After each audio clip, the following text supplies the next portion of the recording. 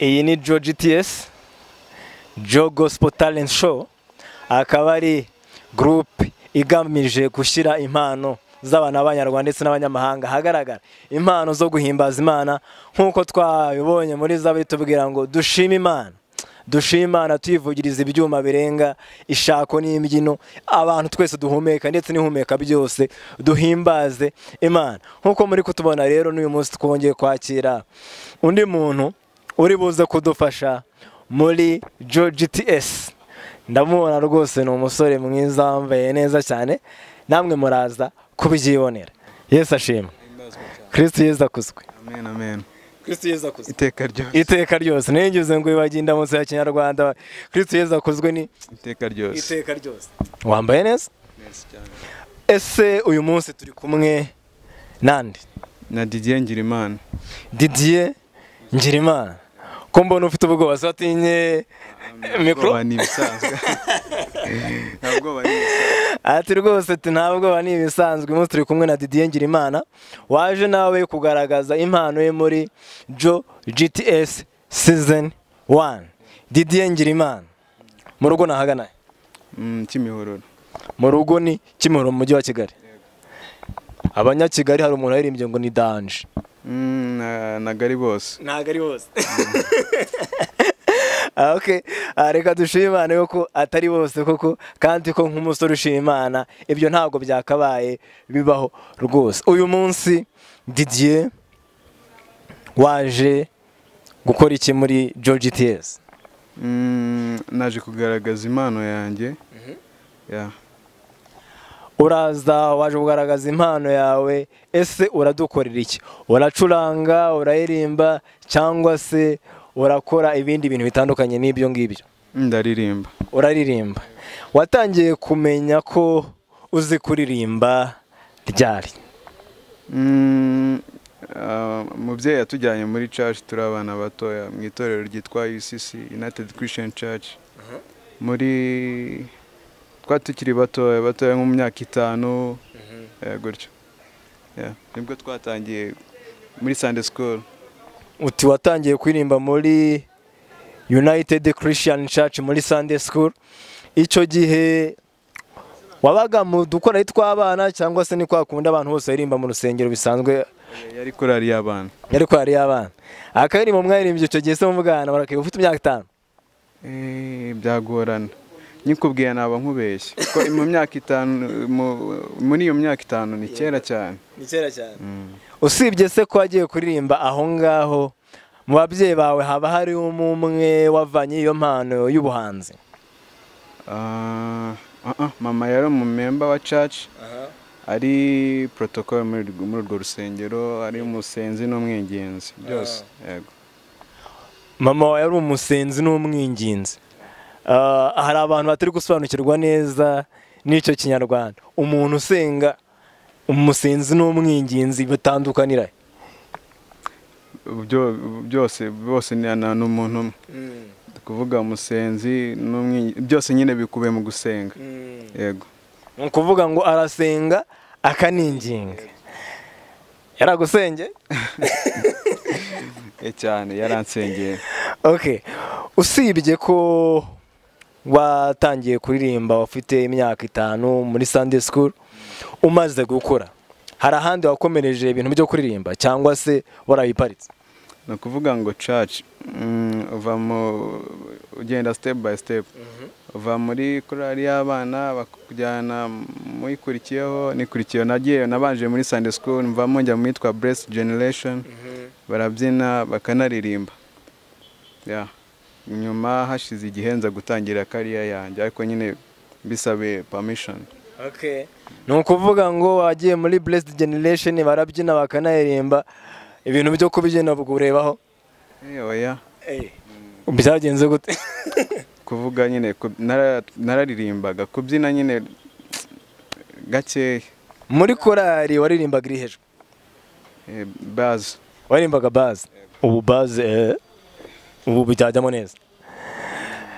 Ese Didier, nyuma yuko ugiye muri korali, muri iyo korali wigiyemo kubyina no kuririmba, nubwo kubyina utabikomeje, watangiye kariyeri yawe solo ucyo muri iyo korali? yego natangiye kariyeri yanjye nyiri muri iyo korali. Abantu babasabye uburenganzira ni korali cyangwa se ni umubyeyi wawe? Kako nyine muri korali ubukurikiranwa n'itorero muri rusange. Nasabye uburenganzira nyine bw'uko natangira kujya nkora music yanjye ariko natandukanye nawe n'ubundi still tugakomeza tugakorana. Nako byagenze bafite concert ndirimbamo nanjye bakanshyigikira mbese nyine bakagushyigikira. Uyu munsi watubwiye ko uje kuririmba kandi watangiye kuririmba kariyeri solo. Ni byiza ko nta konfuri zagiyemo, ntabwo nkubaza ngo se hari zaje kandi zitaraje nyine. Ni iyihe mbogamizi ubona uhura nayo mu bijyanye no kuririmba ku giti cyawe? Umuntu akenera gusohora cyane amafaranga. Wowe niyo uri muri groupe biroroha, ariko ku giti cyawe guspendinga amafaranga nyine ni ibintu biba bitoroshye. Ariko nyine hamwe n'Imana nyine birashoboka. Ikindi cya kitoroshye uburyo bwa promotion uri wenyine nyine nabwo ntago babyoroshye. Ati uburyo bwa promotion uri wenyine ntago yabyoroshye gusora amafaranga nacyo. Ati niyo mbogamizi yindi nakunze guhura nayo. Ese usibye imbogamizi y'amafaranga ari igihe abantu bamara kujya mu buhanzi ku giti cyabo bakaba abastar, ase weho iyo mbogamizi yo kuba umustar ntago biratangira? Kuba umustar muri Kristo Yesu se kuba umustar gute? Nta muntu urakubwira ko wagarumaze niba batangiye kuba umuhanzi. Hari abantu bavuga ati iyo umuntu agiye mu buhanzi ku giti cye aba yabaye ikirara, ibintu nk'ibyo.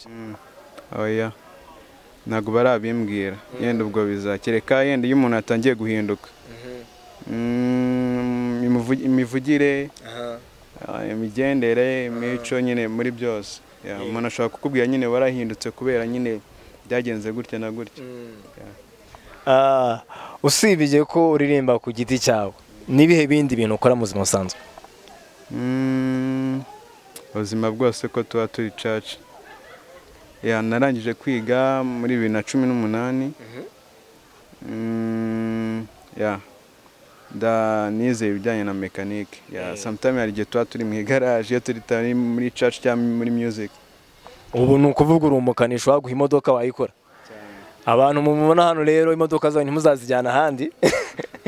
Uyu ni umuhanzi ariko nanone ufite impano yo gukanika ibintu by'imodoka n'ibindi bintu byose bigenda yarebaho. Kuki wahisemo kuririmba gospel? Niho nakuriye church. Nabikubwiyeho yuko twakuriye nyine muri church tukiri abana dukomerezaho na n'ubu ngubu niho tukiri. Urumva nta yandi mahitamo, niyo mahitamo. Nta yandi mahitamo. Hari abantu bava muri gospel bamaze kumenyekana barangiza bakajya muri sekira. Weho ntago uzabikora cyangwa se uzabikora, ese nicyo wavuga? Oya, ni promise nihaye. Nanahaye abakurikiranye n'ibijyanye na music yanjye. Nyine reko nta gutatira igihango. Yego. Nta gutatira igihango no kuguma muri gospel ukamamaza ishimwe ry'Imana yaguhamagaye. Ese Didier, muri George TS waje nk'umuririmbyi, urakora indirimbo yawe ku giti cyawe cyangwa se urasubiramo indirimbo y'undi muntu? Ndakora indirimbo yanjye. Indirimbo yawe yitwa gute? Yitwa Mfite Amahoro. Yitwa Mfite Amahoro. Kuki wayihimbye? Mfite Amahoro ni inspiration nina cyashya. Yani inspiration yavuye ku musore twakoranye witwa Seti yagiye hanze. Aririmba muri Gisubizo Ministries. Twaricaye muri church acuranga piano azana ide, then nyine nanjye ndandika verse turaririmba. Ako nyine Mfite Amahoro ni Mfite Amahoro muri Yesu Kristo. Uko byaba bimeze kose. Uko byayemeze kose ufite amahoro muri Yesu Kristo. Ati ni ide yaje bitewe n'inshuti yanjye. Ubu ngubu ntago mukiri kumwe. Ntabwo wumva se umukumbura n'ubwo muvuga? Kumukumbura ntibyabura kuko yampaye inspiration, yansigiye ikintu gikomeye. Uyu munsi muri Joe GTS waje kuririmba indirimbo yawe ku giti cyawe, n'icyo wabwira abafana bawe kugira ngo bazabashe kugutora nyine uzakomeze no mu kindi cyiciro?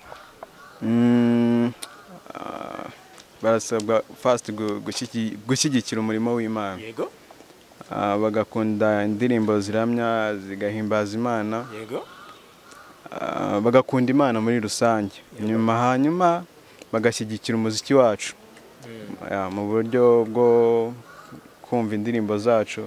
Indirimbo yanjye iri kuri YouTube yitwa Mfite Amahoro by Didier Ngirimana, bagasubscribinga, bakalikinga, comment nyine n'ibindi, bakatwereka yuko nyine bakunze umurimo w'Imana, bakunze niyo Mana. Ati nibyo ngibyo, wabibutsa na nimero yawe uzakoresha muri Joe GTS season 1? Nzakoresha nimero 041. Ati nzakoresha nimero 041. Tuyibutse ko ushaka kumushyigikira ufata link ya Joe GTS season 1 niho nimero 041, ugakanda subscribe, like, share and comment, ubundi ukamufasha kwamamaza ubutumwa bwiza. Turagushimiye rero kuba witabiriye amarushanwa kandi bonne chance. Yego urakoze cyane. Reka tubashimire mwese dukomeje kubana, tubibutse yuko kugira ngo ushyigikire umuhanzi ukunda nta kindi ukora, ujya kuri link ye ukareba nimero ye, ugakanda like, share, subscribe, ugakomeza kwamamaza ubutumwa bwiza Yesu Kristo yasize atubwiye. Murakoze, mukomeze mugire ibihe byiza.